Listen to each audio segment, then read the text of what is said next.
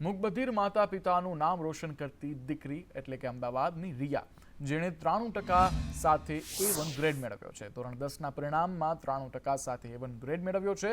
રિયાના માતા પિતા મૂકબધિર છે. રિયાએ સંદેશ ન્યૂઝ સાથે અભિવ્યક્ત કરી હતી પોતાની ખુશી, જ્યારે તેઓએ કહ્યું કે અથાગ પરિશ્રમ અને સંઘર્ષ તેઓનો ખૂબ રહ્યો છે. CA બની માતા પિતાનું સપનું સાકાર કરશે. રિયા નરોડાથી શાહીબાગની સ્કૂલમાં રોજ ભણવા આવતી, AMTSમાં મુસાફરી કરી અને શાળાએ પહોંચતી. દીકરીના શ્રેષ્ઠ પરિણામથી માતા પિતા ખૂબ ખુશ છે અને ગર્વ અનુભવી રહ્યા છે. અનેક પરેશાનીનો સામનો કરીને અમદાવાદની રિયા ખૂબ જ સારા પર્સન્ટેજ લઈને આવી છે. તેના પેરેન્ટ્સે મૂકબધિર છે અને છતાં પણ તેણે સંઘર્ષ કર્યો છે અને તે આજે સિદ્ધિ હાંસિલ કરી છે. રિયા સાથે વાતચીત કરીશું. રિયા, કેટલા પર્સન્ટેજ આવ્યા છે અને જે પ્રકારની અપેક્ષા હતી તેવું જ આપનું રિઝલ્ટ આવ્યું?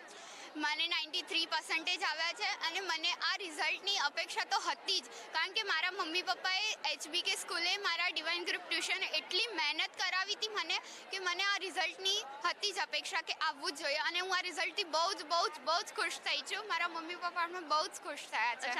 કેટલો સંઘર્ષ આ રિઝલ્ટની પાછળ આપનો? આ રિઝલ્ટની પાછળ સંઘર્ષ તો બહુ જ હતો.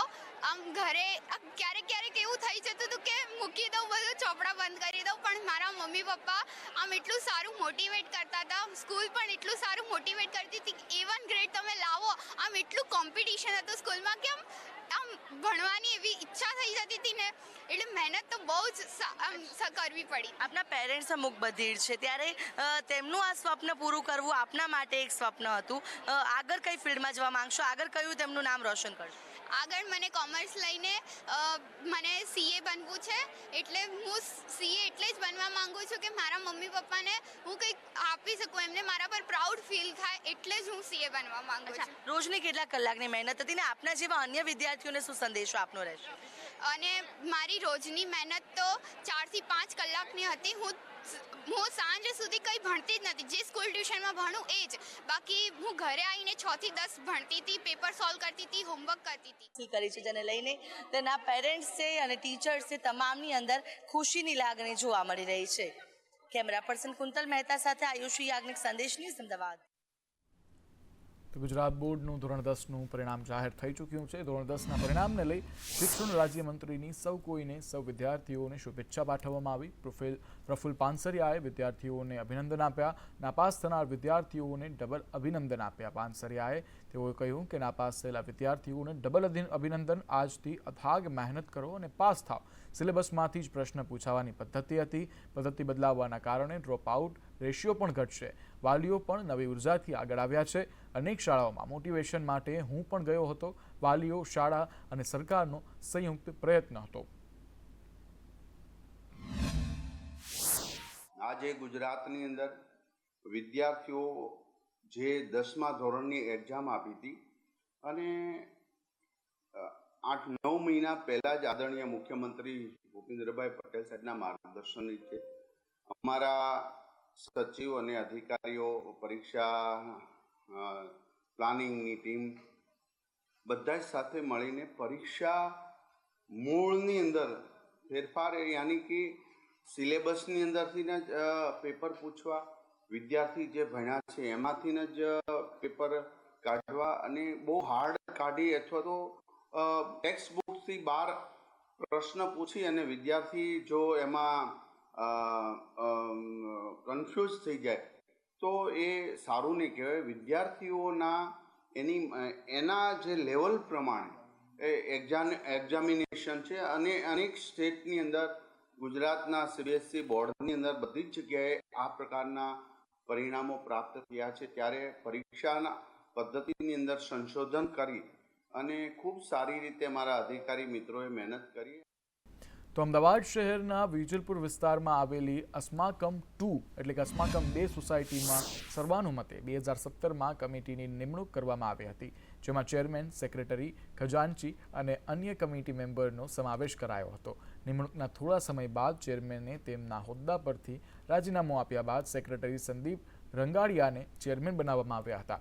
સંદીપે 2017થી 2023 સુધીમાં સોસાયટીના ભંડોળમાંથી 82 લાખની ઉચાપત કરી હતી, જેમાંથી સોસાયટીના અન્ય હોદ્દેદારોએ તેમની ભૂલ સમજીને 30 લાખ રૂપિયા ચૂકવણી કરી નાખી હતી, પરંતુ બાકી રહેલા 52 લાખની ચૂકવણી સંદીપ રંગાડિયા ન કરતા આખરે સોસાયટીના સ્થાનિકોએ પોલીસ ફરિયાદ નોંધાવી છે.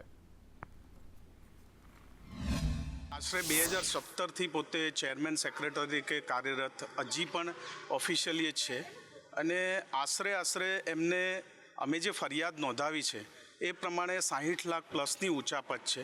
એમને પોતાના જે અંગત ખાતામાં કહેવાય એવી રોકડ રકમ, યુપીઆઈ ટ્રાન્સફર્સ તથા ચેકની એન્ટ્રીઝ પણ જે ચેકબુકમાં એમને પોતાના કોઈ અંગત એજન્સીનું નામ લખ્યું, લિફ્ટ રિપેરિંગ ઓર પ્લમ્બર્સ, પણ એમને એમના પોતાના ખાતામાં જમા કરાવી દીધેલ છે. વેજલપુરમાં અસ્માકમ 2 નામની એક સોસાયટી છે. એની અંદર 2017થી લઈ અને 2024 સુધી એક સંદીપભાઈ રંગડિયા કરીને છે, એ ચેરમેન તરીકે ત્યાં હતા અને એની અંદર જે સોસાયટીની એફડી છે, પછી લોકોના પૈસા છે જે નિયમિત આપતા હોય, એ બધાનો હિસાબ એમના અંડરમાં રહેતો હતો. સોસાયટીના સંચાલકોને શંકા જતા એમણે ફેબ્રુઆરી 2024ની અંદર વેરીફાઈ કરાવ્યું તો એમણે એ વખતે 82 લાખ રૂપિયા જેટલી રકમ ઉચાપત કરેલી હતી અને પોતાના અંગત હિસાબમાં વાપરેલી હતી. એટલે બધાએ ભેગા થઈ અને 32 લાખ રૂપિયા જેટલા પૈસા એમણે ભરી દીધા. ત્યાર પછી આનાકાની કરતા હતા અને પૈસા નથી આપતા. એટલે અત્યારે હાલ પૂરતો 50 લાખ ને 52,000 જેટલી જે ઉચાપત છે એ હાલ ઊભી છે. ઇફકોની ચૂંટણીમાં ભાજપના અધિકૃત ઉમેદવારની હાર અને ભાજપમાં ભડકા બાદ કોંગ્રેસ પ્રવક્તાના ભાજપ પર પ્રહાર કરવામાં આવ્યા. શિસ્ત અને કેડર બેઝ પાર્ટી ગણાતી ભાજપનો ફુગ્ગો ભાજપના નેતાએ જ ફોડ્યો. આવું નિવેદન મનહર પટેલ દ્વારા આપવામાં આવ્યું. સતતતા તેઓએ કહ્યું કે રાજ્યની તમામ સંસ્થાને ભાજપે દબાવીને ભાજપમય બનાવી છે. ભાજપનો આ કકળાટ પ્રદેશ પ્રમુખ અને મુખ્યમંત્રીને બદલવા માટેનો છે. ભાજપના કકળાટને ગુજરાતની જનતા ગુજરાતનો કકળાટ ન સમજે. ગુજરાતમાં મુખ્યમંત્રી બદલાય એ પહેલા આવા જ કકળાટ થયા હતા. ભારતીય જનતા પાર્ટીનો ઘરનો કકળાટ ઉપરની 2 વ્યક્તિ વગરના ઈશારે નથી થતો. ગુજરાતની અંદર મુખ્યમંત્રી બદલાણા કે પ્રદેશ પ્રમુખ બદલાણા, કકળાટ પહેલા આ જ પરિસ્થિતિમાં ભાજપામાં થાય છે, કમલમમાં થાય છે. આ કમલમનો કકળાટ ટીવીની સ્ક્રીન ઉપર જે છે એમાં ગુજરાતને કશું મળવાનું નથી. અને આ કમલમના કકળાટ એ આપણને સૌને એટલો જ ઈશારો કરે છે કે શિસ્ત અને અનુશાસન, કેડર બેઝ પાર્ટી, આ બધાના ઢોલ ટીપનારી ભારતીય જનતા પાર્ટી એ પોતે ભાજપાના આગેવાનોએ એનો ફૂંકો ફોડ નાખ્યો છે.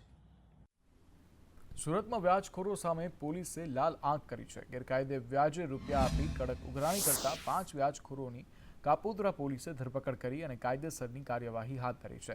અને સાથે જ પોલીસે વ્યાજે આપેલા પૈસાની ડાયરી કબજે કરી છે અને વ્યાજને લગતી અન્ય સામગ્રી પણ પોલીસ દ્વારા કબજે કરવામાં આવી છે. અને મોબાઈલ ફોન તેમજ રોકડ રૂપિયા પણ પોલીસ દ્વારા કબજે કરવામાં આવ્યા છે.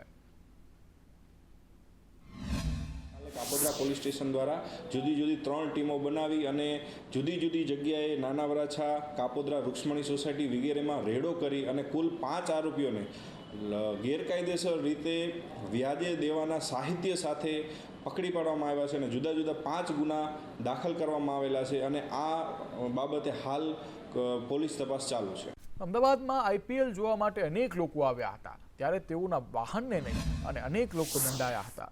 242 જેટલા વાહન ચાલકોને દંડ ફટકારવામાં આવ્યો છે. નિયમોના ઉલ્લંઘન બદલ ટ્રાફિક પોલીસની કાર્યવાહી કરવામાં આવી છે. ટ્રાફિક પોલીસે 1,29,000નો દંડ વસૂલ્યો છે.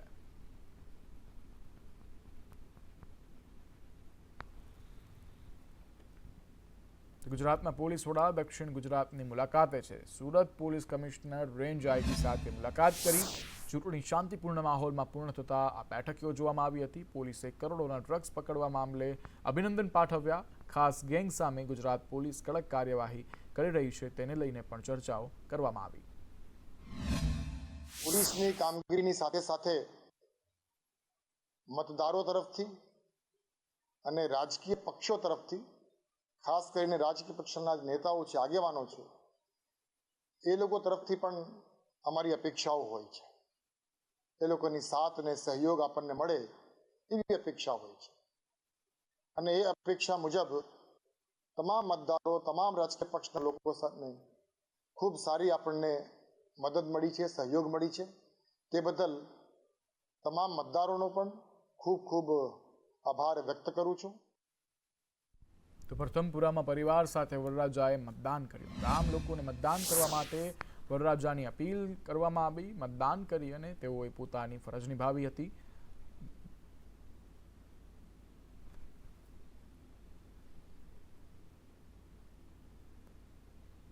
તો થોડા સમય પહેલા પ્રથમપુરામાં બીજી વખત મતદાન યોજવામાં આવ્યું હતું, ત્યારે વરરાજાએ લગ્ન પહેલા પોતાની ફરજ નિભાવી અને ગામજનોને અપીલ કરી વધુથી વધુ મતદાન કરવા માટેની.